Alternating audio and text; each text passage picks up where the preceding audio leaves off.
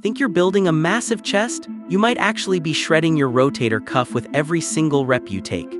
We see it all the time, guys pressing heavy weight, feeling it in their shoulders and wondering why their chest looks flat. But what if I told you the secret to a bigger chest isn't about how heavy you go, but how you pack your shoulders? Let's be honest for a second. How many of you set up on the bench, grip the bar, and just press? You push the weight up, you bring it down, and you call it a day. It feels like a chest workout, right? Wrong. The human shoulder is essentially a ball and socket, but that socket is shallow. It's like a golf ball sitting on a tee. When you flare your elbows out to 90 degrees to feel the stretch, you are literally pinching the tendons in your shoulder against the bone. That crunching sound, that's not gains, that's a problem. So what's the fix? It's not just about lowering the weight, it's about a concept called scapular retraction. Sounds fancy, but I promise it's simple. Let's build the foundation. I call this the Superman chest. Here is your first homework. Stand up and pretend you have a pencil between your shoulder blades. Now squeeze your shoulder blades together. Don't just pull them back, pull them down toward your back pockets. This is scapular retraction. This does two things. It creates a shelf. Your shoulders are now anchored against the bench, meaning they cannot roll forward into that dangerous position. It reduces the distance. By pinching the shoulder blades, the range of motion for the bar changes. You might think you're losing range of motion, but we aren't lifting to be contortionists, we are lifting to stimulate the chest. When you retract your shoulder blades and arch your lower back slightly, your sternum lifts up. Suddenly, the bar isn't hitting your neck, it's hitting the lower part of your chest. That lower sternum area is the optimal leverage point.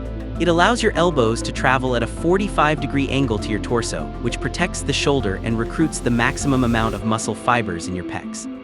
Action step: lie down, squeeze those shoulder blades and hold them tight for the entire set. Do not let them wing out even at the top of the press.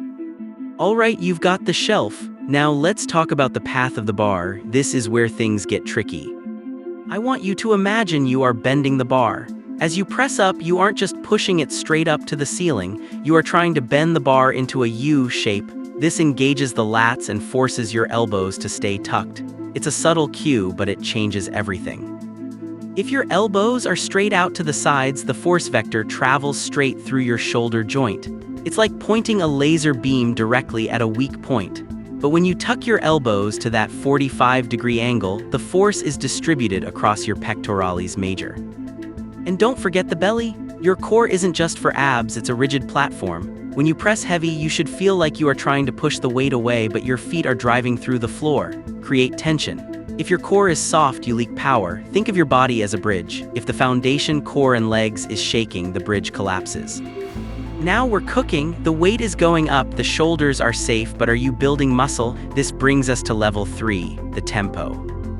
Most of you are wasting the negative. You drop the weight to your chest and bounce it. You aren't lifting weights, you are throwing weights. If you want to grow, you need to control the eccentric. That is the lowering phase.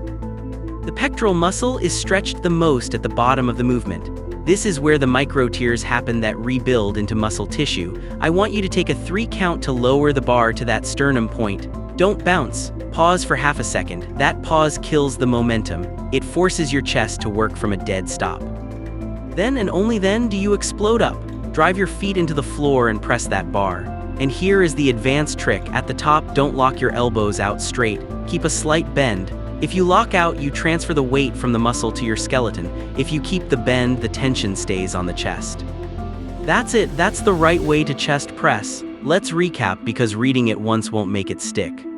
The setup: lie down, pinch your shoulder blades back and down, plant your feet. The path: lower the bar to your lower chest sternum. The elbows: keep them at a 45-degree angle. The touch: don't bounce, pause for half a second. The press: drive up hard but don't lock out completely at the top. Now I want to give you a challenge. I don't care if it's 135 pounds or 225 pounds. I want you to try 10 flawless reps right now. No ego, just perfect execution. Feel how different it is? It's harder, right? That's because you're actually using the muscle. That is the difference between a gym rat and a bodybuilder. If you want to get bigger, you have to train smarter. Let me know in the comments, how did those 10 reps feel? Did you feel the chest firing or did you feel it in your shoulders?